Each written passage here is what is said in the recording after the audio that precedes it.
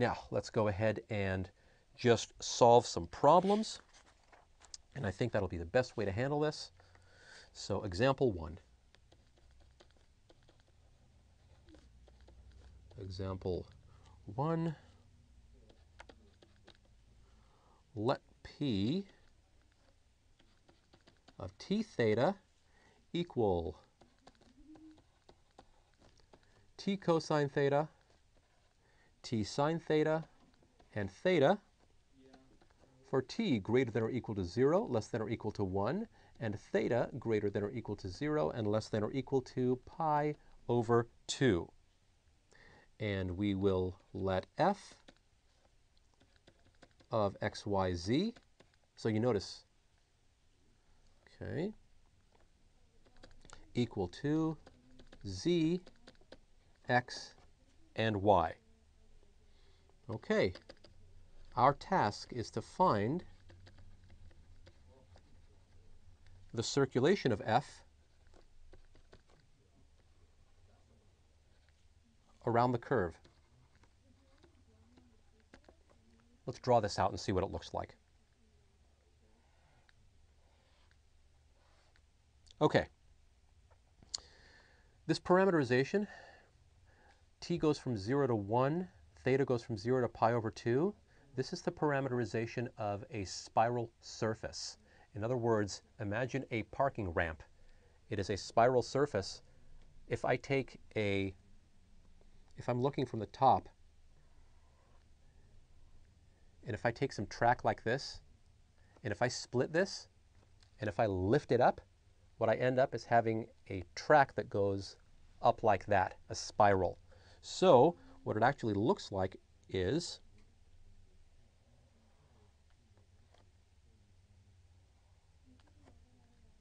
it's this surface right here, actually spiraling up. Theta goes from 0 to pi over 2. This is y, this is x. So this is just that part of it, only half of it. And t goes from 0 to 1. So this is a length, just 1. That's all it is. Now, here's what's interesting. The boundary actually has 4 parts. There is this curve, C1. There is this curve, C2. There is this curve, which is C3. And there is this curve, which is C4. Therefore, if I actually wanted to solve this, if I wanted to find the circulation of f around this curve, I have to parameterize 4 curves, C1, C2, C3, and C4. I can do that. It's not a problem. I mean, I can parameterize these things if I need to, but I don't need to because I have Stokes Theorem at my disposal, so I'm just going to go ahead and solve the surface integral. And the surface is actually easily parameterized. In fact, they gave us the parameterization, so you definitely want to use Stokes Theorem in this case. So circulation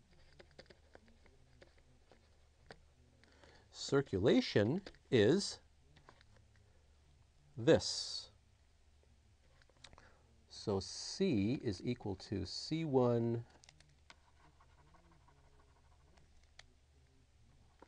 union C2 union C3 union C4. So it's the integral on C of f of C of t dot C prime dt. That's the circulation integral. C is composed of these 4 curves. If I go all the way around, again, I'm traversing it this way, keeping the region to my left. Well, I don't want to solve this via circulation. So if we solve the integral,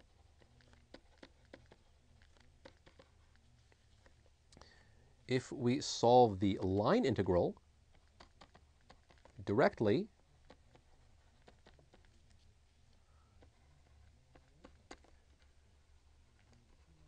we'll have to parameterize 4 curves.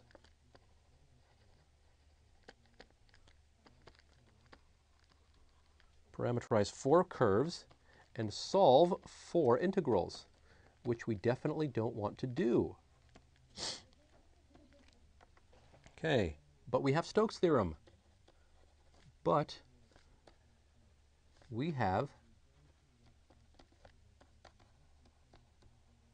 we have Stokes Theorem, which says that f of c dot c prime dt is equal to, so this is the curve, this is the surface, the curl of f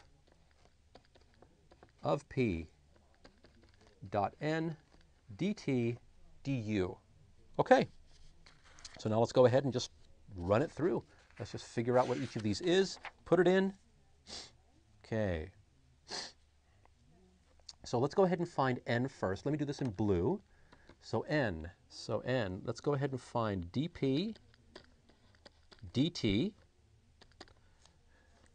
When I take the partial of the parameterization with respect to t, I get cosine theta, sine theta, and I get 0.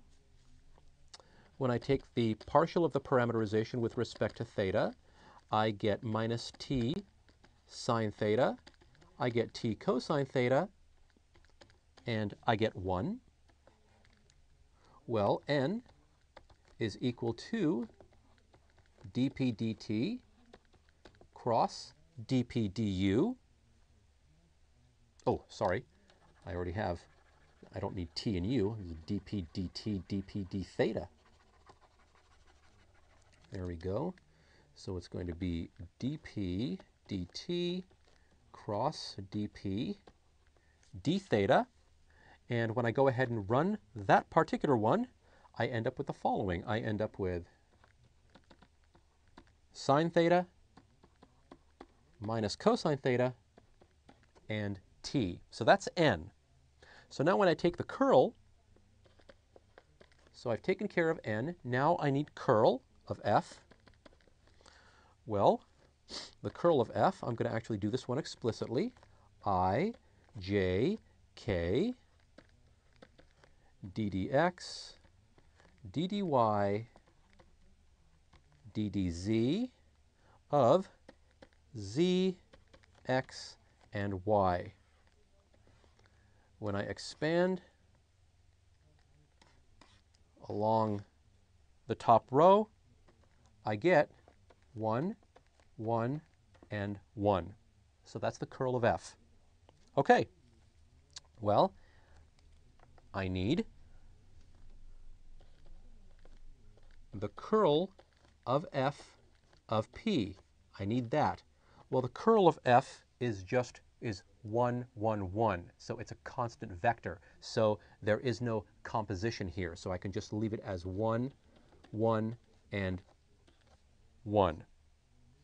Well,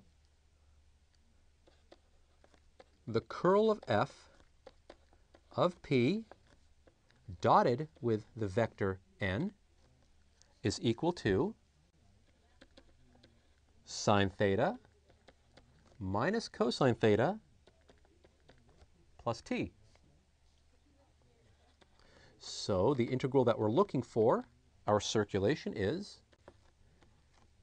t goes from 0 to 1, theta goes from 0 to pi over 2.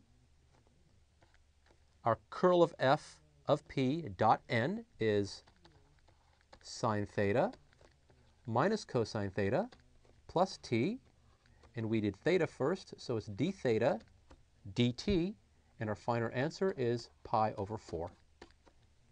There you go. So the circulation of this vector field happens to equal pi over 4. It is positive. What this means is that this vector field is actually rotating on that surface. That's what we've done. That's what Stokes' theorem does. Okay, thank you for joining us here at Educator.com for our first part of the discussion of Stokes' theorem. We'll see you next time for the second part of the discussion of Stokes' theorem. Bye-bye.